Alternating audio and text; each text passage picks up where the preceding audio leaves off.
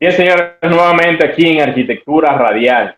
En esta ocasión estaremos conversando con el arquitecto Joel Hernández, quien nos contará un poco sobre su experiencia en lo personal y a nivel profesional en relación, en este caso, al ejercicio profesional y las situaciones que suelen pasar tanto en el diseño arquitectónico como también en la ejecución de proyectos en sentido general. Luis Taveras y un servidor, Gleiner Moret, que se acompañarán en estos minutos, con estos 20 minutos, para poder compartir las experiencias que Joel, como arquitecto, nos podrá suministrar a nosotros y también a ustedes como público en lo particular. Luis Taveras, buenas tardes. Buenas tardes, hermano. Buenas tardes, arquitecto Joel. Es un placer poder escuchar la experiencia que tuviste hace 2 años aproximadamente, sobre un caso de una demanda. Y qué bueno que traemos ese tema a colación, porque recientemente estuvimos conversando y abordando ese tema. Tanto el compañero Morel en su canal de YouTube, que tocó esa parte, el derecho de autor, como un encuentro que sostuvimos el miércoles pasado, hablando con varios profesionales internacionales, y se tocó también ese tema. Buenas tardes, hermano, un placer. Buenas tardes, Joel. Sería bueno, Joel, por lo menos para fines de introducción y para que la conozcan, o sea, para que las personas conozcan un poquito de ti, tu nombre, cuando te graduaste, un poquito de ti a nivel, por ejemplo, profesional y de tu persona, para que por lo menos sea la introducción de este tema. Bien, bien. Bien, mi nombre es Joel Hernández, yo soy de Moca, fui estudiante en UTESA, Santiago, y tengo aproximadamente unos 5 años que me gradué. Actualmente estoy haciendo una maestría en lo que es arquitectura urbana y básicamente trabajo independiente, soy arquitecto independiente. Excelente, excelente. A modo de introducción, Luis, no sé si tú quieres que arranquemos de una vez así. Dele usted. Me gustaría saber realmente que nos cuentes un poquito qué pasó, cómo pasó, sin entrar en detalle en este caso de quién fue la persona ni nada por el estilo, solamente el escenario en sí, para que la gente entienda realmente qué te pasó, que yo sé que muchas personas van a estar muy relacionadas realmente a lo que es tu caso. Bien. Básicamente como arquitectos lo que menos buscamos es conflicto con las personas, porque dependemos del cliente, ¿verdad? Entonces, hace un tiempo atrás, 2017, yo había hecho un contacto con un cliente en Santo Domingo y esa persona me había referido otro cliente. Yo normalmente para esa época los trabajos que hacía era básicamente enviando por vía internet. Trabajaba desde mi computador, enviaba a la persona y no tenía trabajo fuera de lo que era ya mi ciudad o lugares cercanos a la ciudad. En ese tiempo estuve trabajando en San Pedro con un cliente y como referencia me dieron al cliente en Santo Domingo, como había mencionado. Esa persona la conocí, nos tratamos, dijo que quería conocerme porque tenía un proyecto. Ese proyecto era en Pedro Brán, Matúa. Era una pequeña villa vacacional que quería hacer y anteriormente otro arquitecto había trabajado para él, pero el trabajo no le gustó mucho y había visto ya como referencia el trabajo que yo había hecho, le gustaba mi trabajo y entonces llegamos a un acuerdo de empezar a trabajar con los planos y ya cuando el proyecto estuviera listo, si llegamos a un acuerdo, entonces íbamos a llegar al acuerdo de construir. Era ya la segunda obra que yo iba a tener como meta fuera de lo que es mi entorno acá en el norte, para trabajar con ese cliente. Resulta que el cliente parece ser que no tenía los fondos necesarios para construir el proyecto. Y cuando solicitó al banco, según lo que él no había explicado anteriormente, el banco le había negado los fondos para poder construir, porque le faltaban documentaciones. El cliente simplemente se echó atrás, dijo que no iba a construir.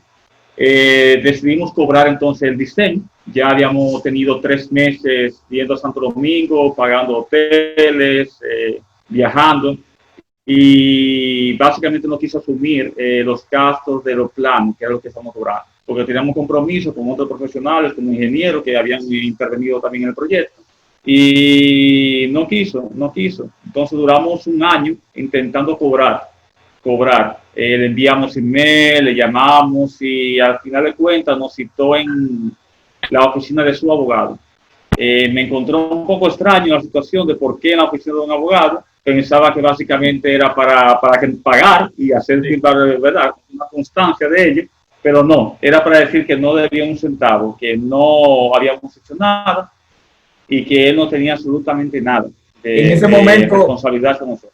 En ese momento tú no habías procedido al tema legal. No. Duramos un año aproximadamente intentando cobrar. Hablando con él, e incluso en conversaciones que tuvimos, él decía que él sabía que tenía una responsabilidad con nosotros, que debía dinero a nosotros por el trabajo que habíamos hecho. Pero básicamente eso nos sorprendió que dijera de un momento a otro que no nos debía dinero.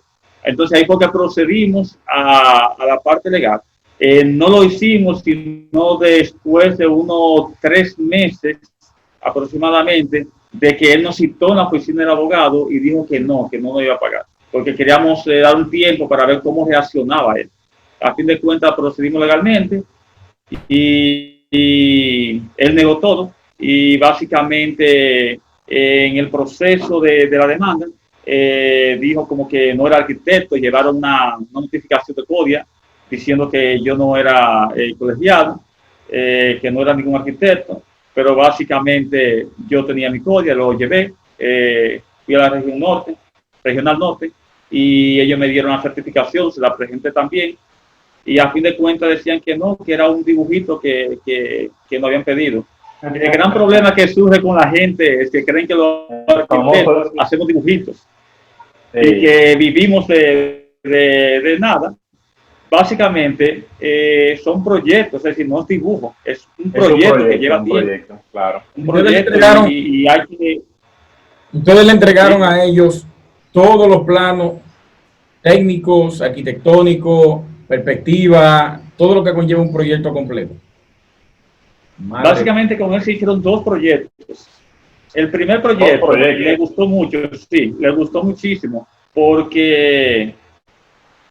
pero él decía que su esposa era la que debía aprobar, no él.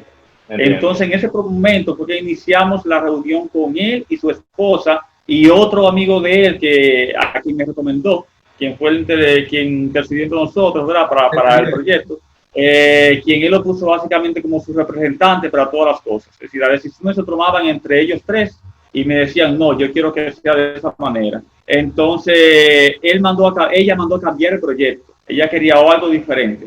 Entonces empezamos a trabajar con otro proyecto diferente. Una de las cosas que me extrañó fue cuando cobramos el proyecto, él dijo que él pensaba que eso era algo, que él no iba a pagar el dinero porque él pensaba que era algo que yo hacía, que no era otra gente que intervenía dentro del proyecto. Oye, eso. Entonces, cuando una persona manda a hacer un proyecto, es decir, tienen que intervenir otros profesionales.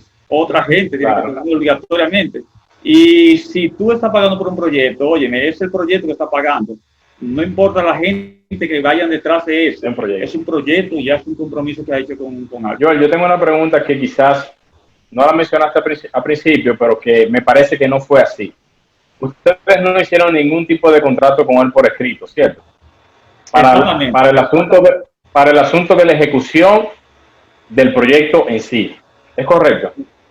Cuando nosotros empezamos a hablar, como le comenté al principio, yo trabajaba los diseños y cuando estaba aprobado enviaba los planes al cliente. Okay. Era básicamente vía internet todo lo que hacía. Porque yo, por ejemplo, tengo clientes fuera del país, okay. Yo diseño acá, envío a ellos y ellos pagan. Entonces, básicamente eso era lo que hacía.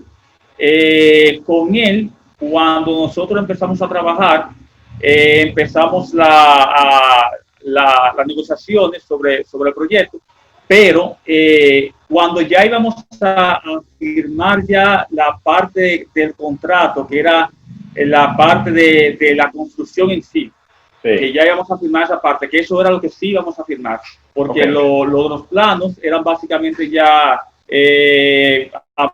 hablados. No se firmó nada por ello, porque se entendía que yo trabajaba, enviaba y ellos pagaban. Eso lo entendían ellos. Okay. Ahora ya la parte de la construcción, sí. Esa fue la única vez que tuvimos una reunión en su casa, cuando él nos explicó que quería que dividiéramos el presupuesto en dos partes, que intentáramos hacer un reajuste y que volviéramos para entonces firmar el contrato para la construcción. Y de ahí en ese momento jamás entonces se volvió a contactar. Joel, entonces, antes de tu pregunta, Luis, Joel, ¿quiere decir entonces que la única forma de cómo corroborar, en este caso, el enlace con el cliente, fueron quizás no, los emails que ustedes tenían en este caso, y quizás a lo mejor quizás las conversaciones por WhatsApp o algún tipo de información por escrito? ¿Es correcto? Sí, básicamente todo lo que está documentado, conversaciones en WhatsApp, email, testigos, gente que fueron al terreno a evaluar el terreno también, porque se hizo un trabajo en el terreno, se fue como 2, 3 veces fuimos al terreno, es un equipo que ya teníamos formado, porque él llegó a tal nivel que cuando tuvimos la reunión en su casa, ya teníamos el equipo formado para ir a trabajar ya la semana siguiente, a empezar a construir el proyecto. Ya eso estaba listo. Y ahí fue entonces que él no volvió a contactar, y ahí supimos que pasaba algo raro, y básicamente fue eso, que no tenía el dinero y no iba a continuar con el proyecto. La ventaja del envío de documentos por email y por WhatsApp es que se quede ese rastro digital, y ya eso es evidencia ante un jurado, ante un juez. Lo puede someter a través de eso. Esa es la ventaja de ello.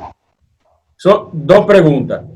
¿Tú sabes si ese diseño que ustedes realizaron, ellos pretendían hacerlo sin la anuencia de ustedes? Porque quizás el presupuesto les salía muy caro a través de ustedes o algo así. Y la otra es, ustedes no tuvieron que, ¿cómo se diría? Llevar el proyecto a la ONDA, a la Oficina Nacional de Derechos de Autor, para poder comenzar con la demanda vía abogado. La primera pregunta no escuché, no se escuchó bien.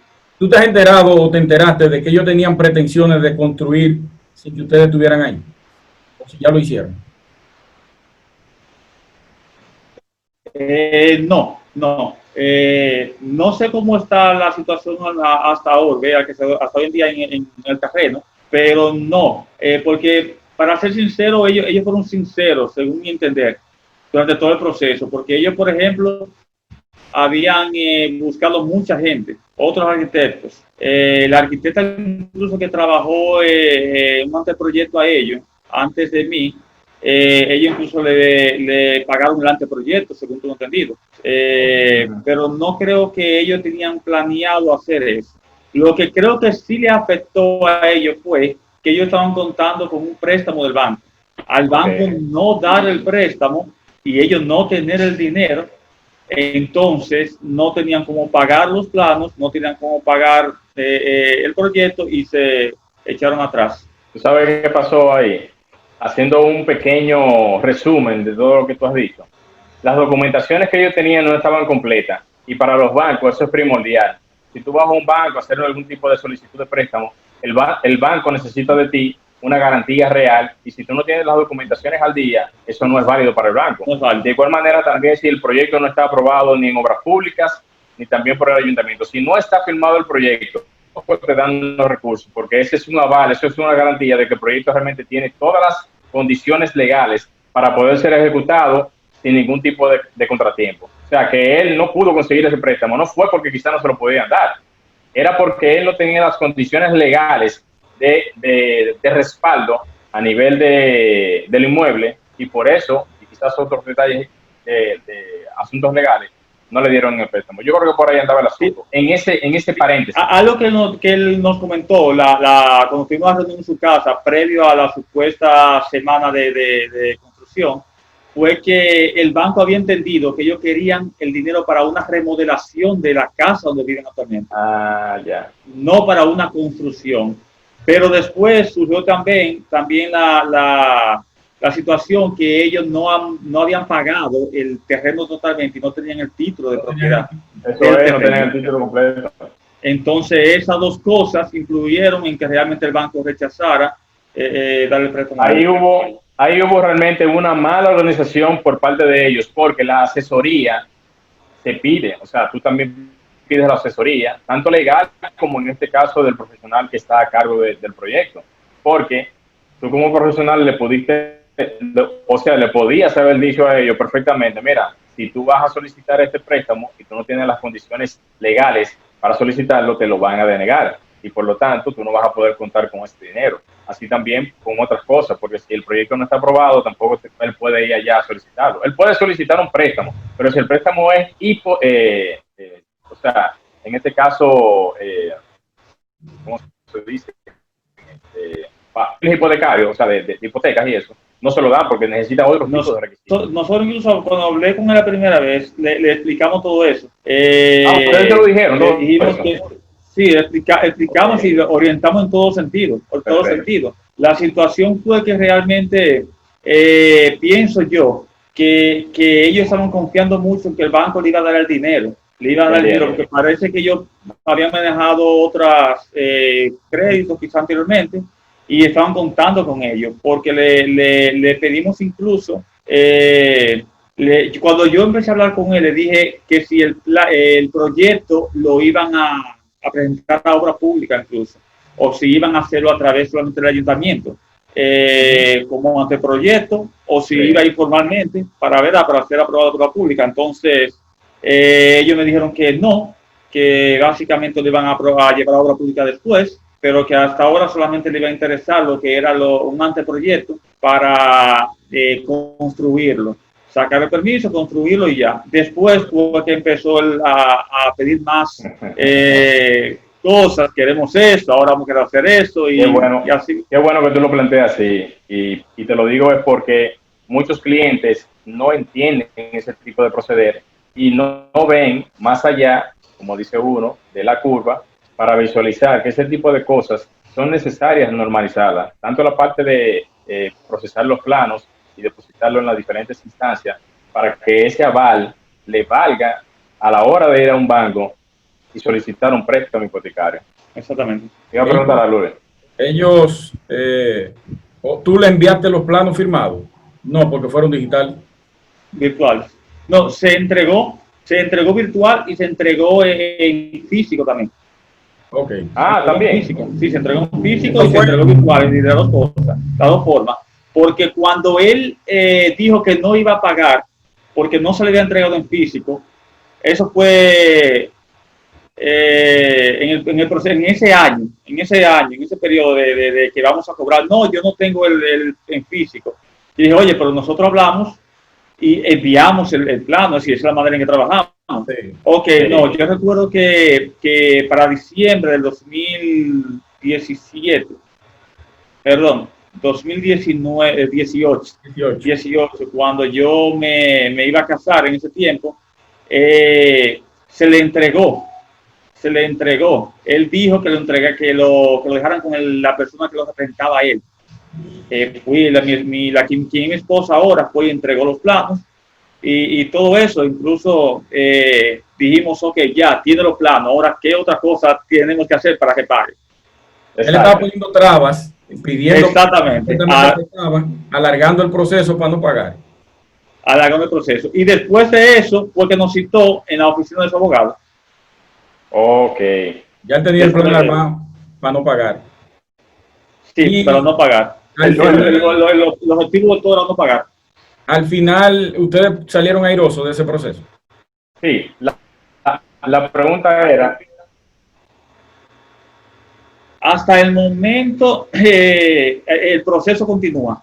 A causa del COVID se detuvo, pero básicamente creo que estamos bien, porque duramos un tiempo que el magistrado que estaba atendiendo el caso estaba como muy, no estaba como indeciso de qué hacer, y nos refirió entonces a la Fiscalía de Pedro Grande. Que él lo encontró como un caso poco común, pues.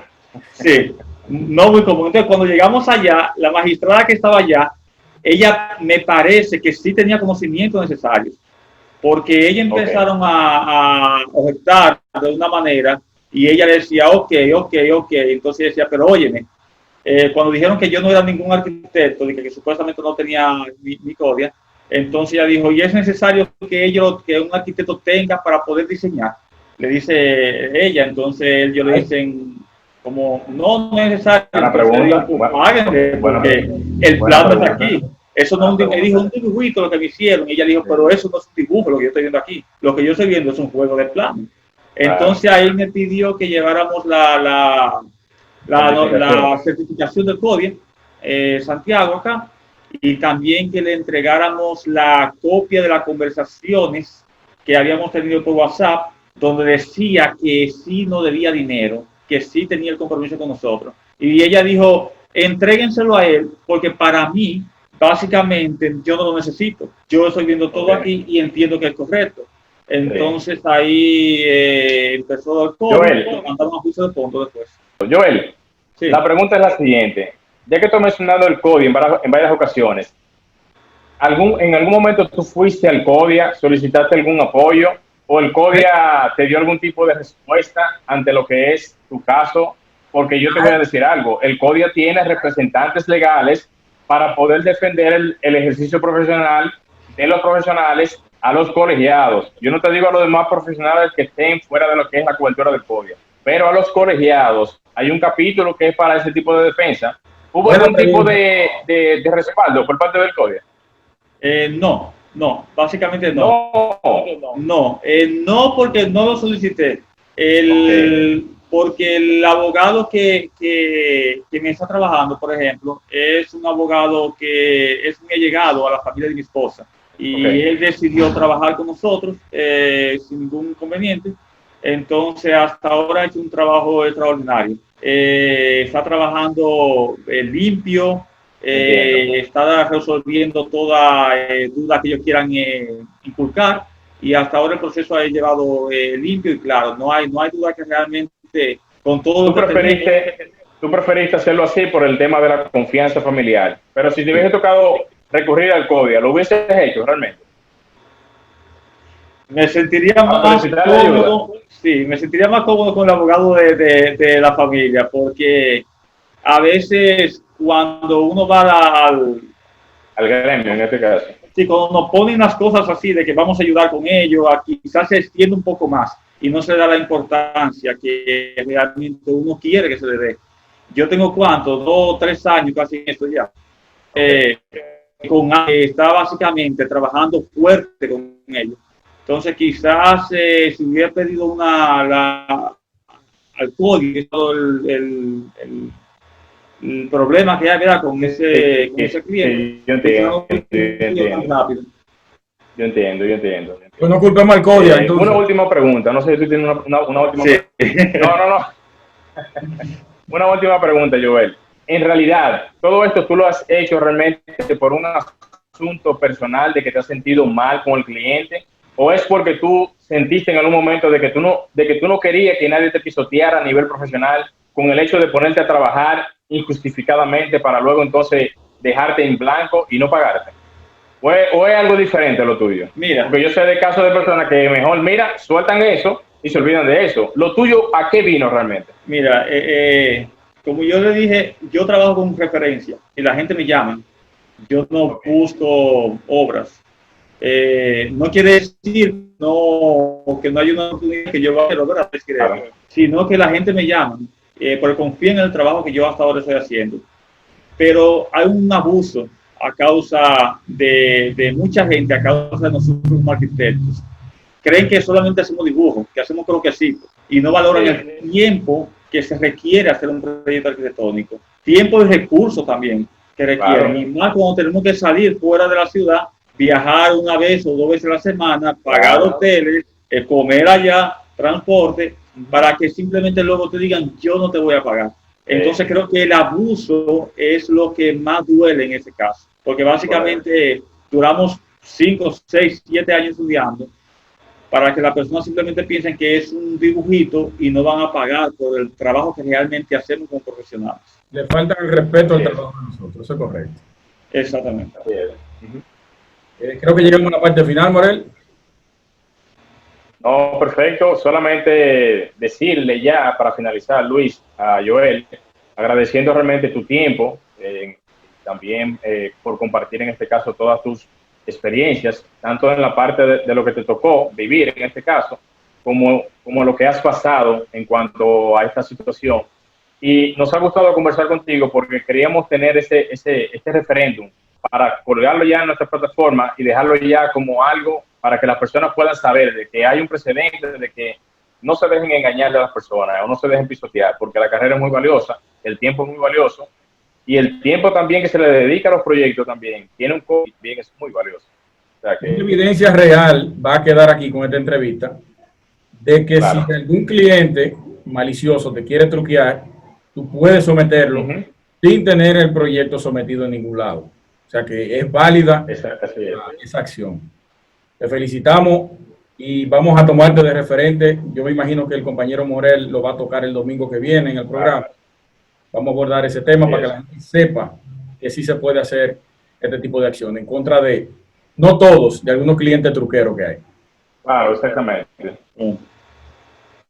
Joel, así que muchísimas gracias, Joel, por tu tiempo. Ya será hasta la próxima ocasión. Esperamos en un momento también poder tener allá en el programa para que pueda contar también de tu experiencia o ya cómo sería el resultado final de esta situación. Exactamente. Incluso vía telefónica lo contactamos cuando él resuelva todo. Bien. Usted le avisa al arquitecto Morel, coordinamos el día, el domingo, y usted hace la llamada desde allá. Y nos Perfecto. Bien. Bueno, pues muchísimas gracias y nos seguiremos viendo, señores. Suscríbanse y compartan el contenido con todas las personas que ustedes conozcan y también este video en lo particular, para que otros profesionales conozcan y sepan sobre este tipo de situaciones. Ya ustedes saben.